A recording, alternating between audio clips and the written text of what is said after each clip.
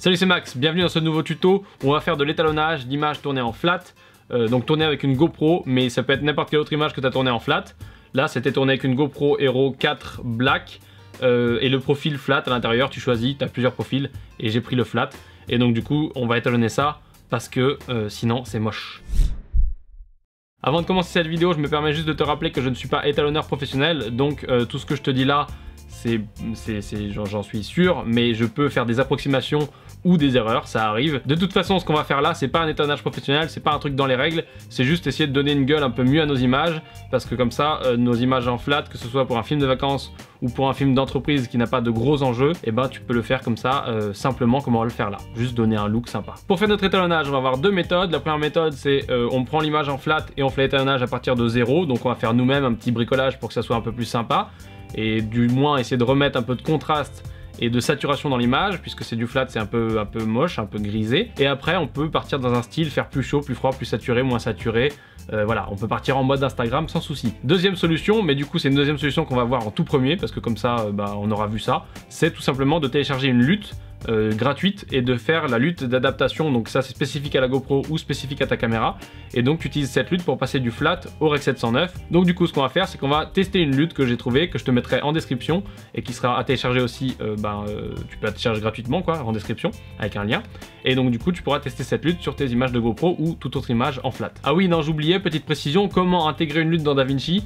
Je vais mettre le lien aussi vers une vidéo sur comment mettre une lutte dans DaVinci, parce que du coup c'est un truc, si tu télécharges la lutte, tu vas devoir l'intégrer dans DaVinci ou dans un autre logiciel, mais dans un autre logiciel pour l'instant c'est pas fait encore comme tuto, mais j'ai un tout petit tuto très court qui est issu d'un live que je te mets en lien dans la description aussi, comme ça tu as tout ce qu'il faut pour pouvoir travailler sans souci. Sans plus attendre, méthode numéro 1 avec la lutte, donc on va aller voir ça tout de suite maintenant, c'est parti. Donc on est dans Edit, on a nos deux plans ici montés, donc voilà, le premier c'est ça, le deuxième c'est ça. On peut voir qu'ils sont vraiment très plats, il n'y a pas beaucoup de contraste, les couleurs sont pas super vives, et encore c'est pas le plus fou non plus, il y a pire. Pour les étalonner, on va passer dans Color, donc ici on retrouve nos plans.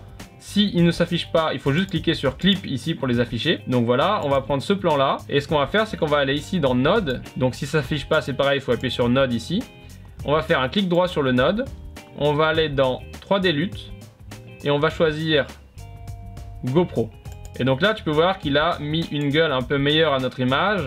On a récupéré des contrastes de malade dans l'eau, dans le ciel, et qu'on a une vachement plus belle image que ce qu'on avait avant. Si tu veux désactiver le node pour voir la différence, tu peux faire Pomme D, CTRL D sur PC, donc on voit bien la différence là.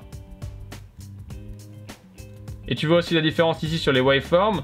Tu peux voir que quand on l'enlève, il y a vachement moins de blanc en haut et vachement moins de noir en bas.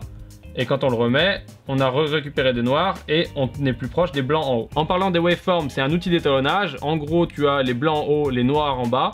Et l'idéal, ça serait que le haut de ta waveform touche, soit le plus proche possible des blancs, et en bas le plus proche possible des noirs. Et après, la partie du milieu, c'est les tons, les tons qu'il y a entre le blanc et le noir, donc les tons un peu plus sombres. De faire ça, ça te permet d'avoir une image où il y a des bons noirs et des vrais blancs, et que tu es exposé correctement, et que t'es pas des noirs qui sont gris. Voilà, donc en gros là on est proche du truc, donc on va rester comme ça parce que l'exemple de la lutte, ça suffit pour faire ça. Maintenant on va passer à la deuxième possibilité, donc l'étalonnage qu'on va faire nous-mêmes. Donc voilà, juste donner un look à notre image. Et donc pour faire ça, on va le faire sur la deuxième image, puisque celle-ci on a déjà fait un truc. Et sur la deuxième image, malheureusement ce sera un peu moins évident, puisqu'il y a moins de différentes couleurs, il y a moins de couleurs différentes, mais on pourra déjà voir les outils et voir un peu comment on peut faire le truc. Donc on passe à notre seconde image, on voit qu'elle est assez flat, et comme je disais ça va être compliqué puisqu'on a ici la mer qui est très bleue foncé noir, puisque il n'y a pas beaucoup de lumière donc c'est sombre, et ici on a le ciel mais il n'y a pas beaucoup de nuages pour faire le contraste, donc ça va être un petit peu compliqué à étalonner. Enfin du moins ça va pas être aussi contrasté et aussi évident que la première image. Pour étalonner, on se met sur notre premier node. Ici on a différents outils d'étalonnage, donc ici et ici on a différentes options. Moi ce que j'aime bien c'est utiliser les barres primaires, donc du coup on va utiliser les barres primaires. Et donc là notre objectif ça va être de ramener du contraste dans l'image, donc de ramener du noir et de balancer correctement ça avec les hautes lumières, donc avec le blanc. Et donc pour faire ça, une bonne technique c'est d'avoir un œil sur les waveforms, puisque tu sais que quand ta waveform va vers le haut, tu as de plus en plus de blanc, enfin du moins les blancs sont blancs, pas gris, et quand tu vas vers le bas, et tout simplement le noir devient noir et pas gris, puisque au milieu c'est un peu plus, bref, t'as compris l'idée. Donc ce qu'on va faire c'est qu'on va déjà essayer de faire ça, donc de mettre des blancs blancs et des noirs noirs. Pour faire ça, on va descendre le lift. Tu peux voir que mes waveforms descendent. et que là on a pris en contraste. Si je switch, on voit la différence. On voit que la balance des couleurs est pas terrible puisqu'on a plus de rouge dans le noir en bas que de vert et de bleu. Donc ce qu'on va faire, c'est qu'on va descendre un petit peu pour les rétablir. Pareil avec le bleu. On redescend un peu le lift. Ensuite, pour compenser tout ça et rééclaircir un peu, on va rajouter du gain. Pas trop parce que sinon on explose les blancs. Voilà, là on est à la limite quand même. Donc là on fait un avant-après pour voir. Là c'est plus sympa, mais on voit qu'on a des grosses tonalités de rouge. Donc je vais revenir sur ce que j'avais avant sur le lift. Donc je remets à 0. Et là je vais juste redescendre mon lift parce que j'aimais bien ce que j'avais à l'origine au final. Voilà, c'est assez sympa. Si on fait un avant-après, on peut voir que c'est mieux que ce qu'on avait avant. Maintenant, c'est pas idéal, c'est vraiment un truc fait rapidement. Et comme je disais, c'est pas très évident sur cette image parce qu'on a du mal à faire ressortir le ciel. Donc ce que je vais faire, c'est que je vais utiliser un node un peu spécial avec un masque pour ressortir le ciel. Donc on va faire ça tout de suite. Pour faire ça, on fait un clic droit, on fait Add Serial Node. On va aller créer un dégradé. Donc on clique là, on positionne notre dégradé. Voilà. Histoire d'avoir le ciel. Maintenant qu'on a mis notre dégradé, on retourne ici et on va augmenter notre saturation. Donc on voit que le ciel là il a repris un peu de sa couleur bleue. Si on fait un avant-après juste sur le node en question, on voit que c'est quand même vachement mieux. Donc tu vois, en rajoutant un node en plus et en rajoutant un dégradé dans le ciel où on augmente la saturation, ça nous permet de récupérer un peu plus le bleu du ciel et de l'exploser autant qu'on veut, de le saturer autant qu'on veut. Et de gérer cette zone différemment des autres zones. Donc ça on peut le faire aussi avec les masques qui sont dans au même endroit que j'arrive jamais à le dire, qui sont au même endroit que le... Donc tu vois qu'en rajoutant un node, on peut encore améliorer notre étalonnage parce que là on a mis le petit dégradé et on a resaturé la partie qu'on souhaitait saturer, puisque du coup on sature pas la mer mais on sature que le début et ça dégrade vers le bas, comme ça ça se fait naturel. Tu peux faire ça sur d'autres parties de l'image, par exemple on pourrait rendre le bateau plus sombre avec un autre cache. Donc il y a d'autres caches que tu peux mettre un rond, tu peux mettre un carré, donc ça c'est dans le même endroit, donc tu peux les essayer et les mettre à la bonne taille, c'est pas compliqué. Dernière astuce avant de revoir les plans en grand écran avant-après pour que tu puisses voir la différence. Tu peux aussi, une fois que tu as fait un étalonnage, le sauvegarder et le garder, donc ça s'appelle un style, et donc je vais te montrer comment on fait ça. D'abord il faut cliquer sur Galerie ici, donc tu peux voir que là j'ai sauvegardé 2 étalonnages que j'avais fait avant, 2 essais. Et donc nous ce qu'on va faire, c'est qu'on va sauvegarder celui qu'on a fait ici, donc on va faire un clic droit et on fait Grab Style.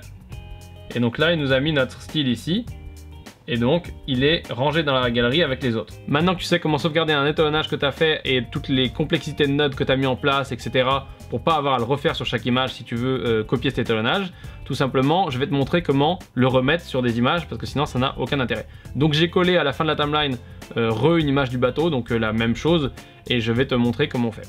Donc on est sur cette image, on est revenu sur une image pas belle, hein, toute flat. On va tout simplement prendre notre style et faire un drag and drop sur notre node. Et donc là tu peux voir que c'est un essai d'étalonnage où je suis allé beaucoup trop loin puisque c'est vraiment très très fort comme étalonnage. C'est très contrasté, mais bon, si tu veux faire ça, tu peux faire, c'est assez sympa aussi. Et donc là il est composé de 2 nodes, et si on désactive le deuxième node, tu peux voir que c'est un peu plus raisonnable comme étalonnage. Et on revient sur ce qu'on avait fait un peu nous. Donc en fait c'est ce node qui rajoute beaucoup de contraste et de saturation puisque j'ai augmenté ici et ici. Donc voilà pour les différents étalonnages, tu vois que tu peux faire un peu ce que tu veux. On a vu les bases pour recontraster un peu ton image et du moins lui redonner une gueule normale quoi, ou plus satisfaisante. Et après tu peux faire ce que tu veux, tu peux mettre... voilà, tu peux ne pas faire de noir profond et faire des noirs un peu gris, tu peux faire... tu peux faire plein de choses. Donc il faut juste que tu expérimentes le logiciel et que tu fasses des essais. Mais déjà tu as quelques bases ici qui sont viables pour pouvoir commencer à faire des choses. Et maintenant ce que je vais faire, c'est que je vais me mettre en plein écran juste la séquence, donc avec l'image pas étalonnée, l'image étalonnée, ainsi de suite, avec les 2 étalonnages à la fin. Donc là pas étalonné, après étalonné, pas étalonné, étalonné, et là l'autre étalonnage possible. C'est tout pour ce tuto sur l'étalonnage des rushs flat de GoPro. Donc tu peux aussi, comme je l'ai dit, le faire avec d'autres rushs, puisque tu vois qu'il y a d'autres luttes dans DaVinci quand tu fais le clic droit et quand tu vas dans 3D lutte. Et tu peux tout simplement le faire à partir de 0, télécharger des luttes gratuites, etc. etc. Merci d'avoir regardé cette vidéo. Si tu as des questions, n'hésite pas à les poser en commentaire. Je vais mettre d'autres chaînes qui parlent d'étalonnage et qui en parlent beaucoup mieux que moi, en français et en anglais, en description. Comme ça tu pourras aller voir directement ces tutos un petit peu plus qualitatifs, dont des tutos très poussés et très compliqués. mais qui peuvent t'apprendre plein de choses sur DaVinci. Si tu as des questions, pose-les en commentaire, sinon, à plus tard, et merci d'avoir regardé cette vidéo. Bye bye.